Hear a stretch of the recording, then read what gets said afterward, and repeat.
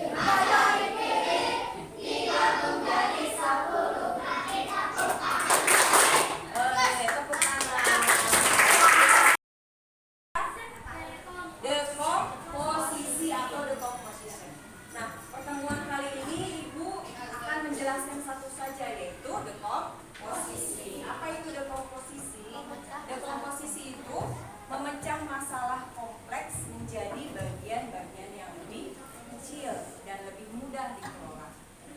Juga bisa dipahami dengan sederhana sebagai pemecahan masalah besar menjadi bagian-bagian yang kecil. Masih Bu? Maksudnya ada yang tahu? Kita tahu contohnya belum? Contoh. Coba guru beri tantangan. Bayangkan kalau kamu ingin membuat nasi goreng. Nasi goreng sudah terpikir.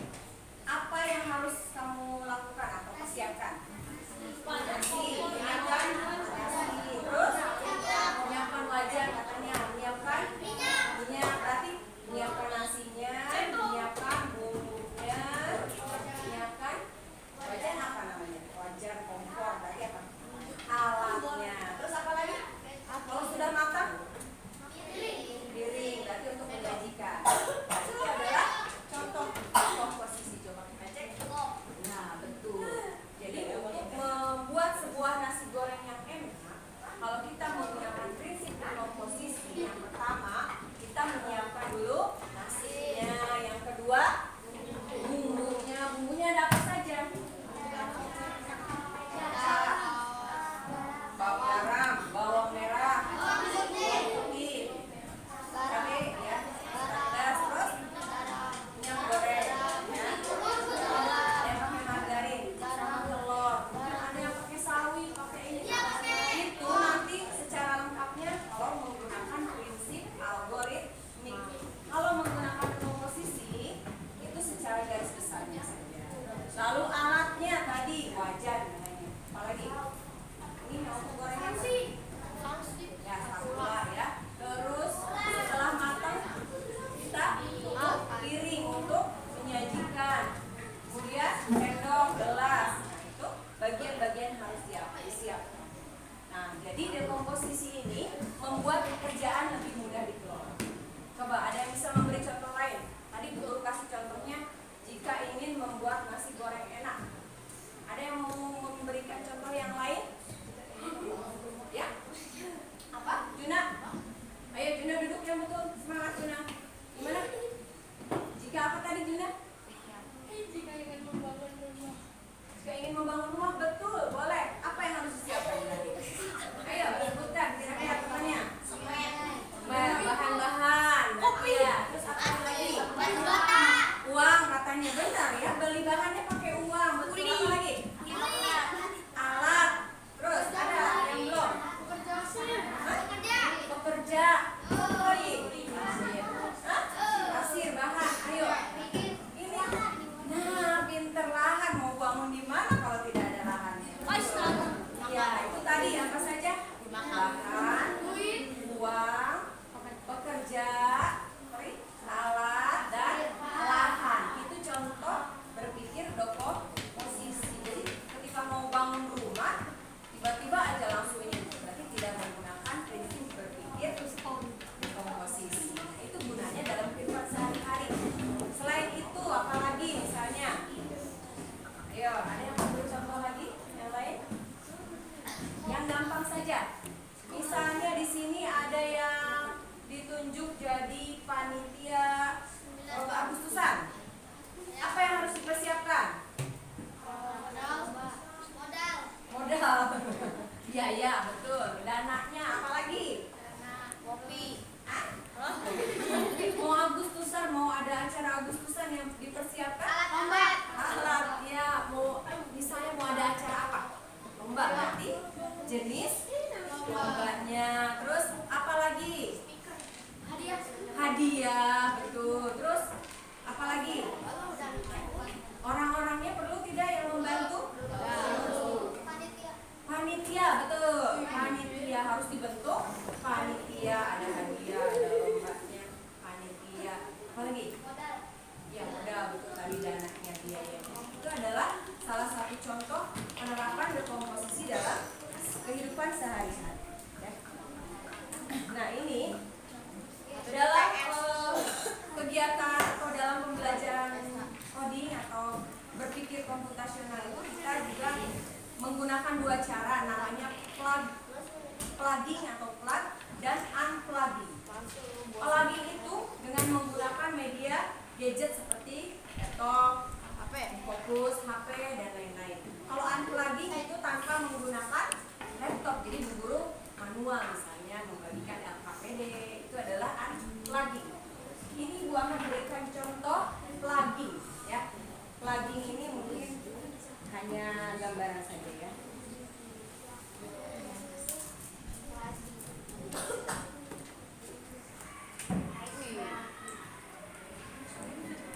kalian pakai dengan metode plugin ya.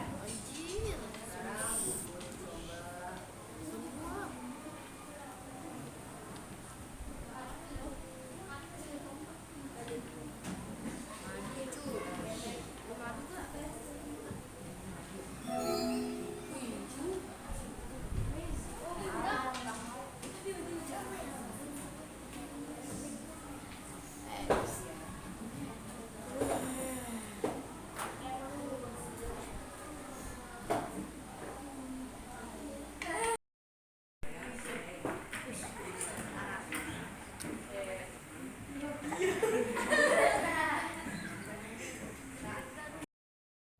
Ini metode unplugging. Guru tidak menggunakan media laptop dan lain-lain, tapi akan guru bagikan LKPD. LKPD-nya berisi susunan apa ini, gambar apa? Bangun data berbentuk apa? Berbentuk robot. Nah, nanti bangun datanya kalian uraikan. Uraikan ada berapa bagian bangunnya, nama bangun dan jumlahnya. Bisa ya? Bisa. Diberi nama di sini.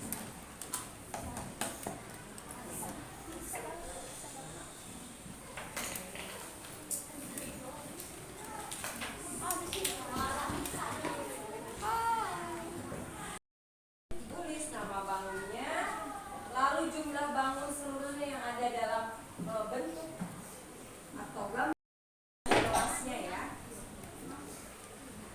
Ada lagi contoh-contoh lainnya.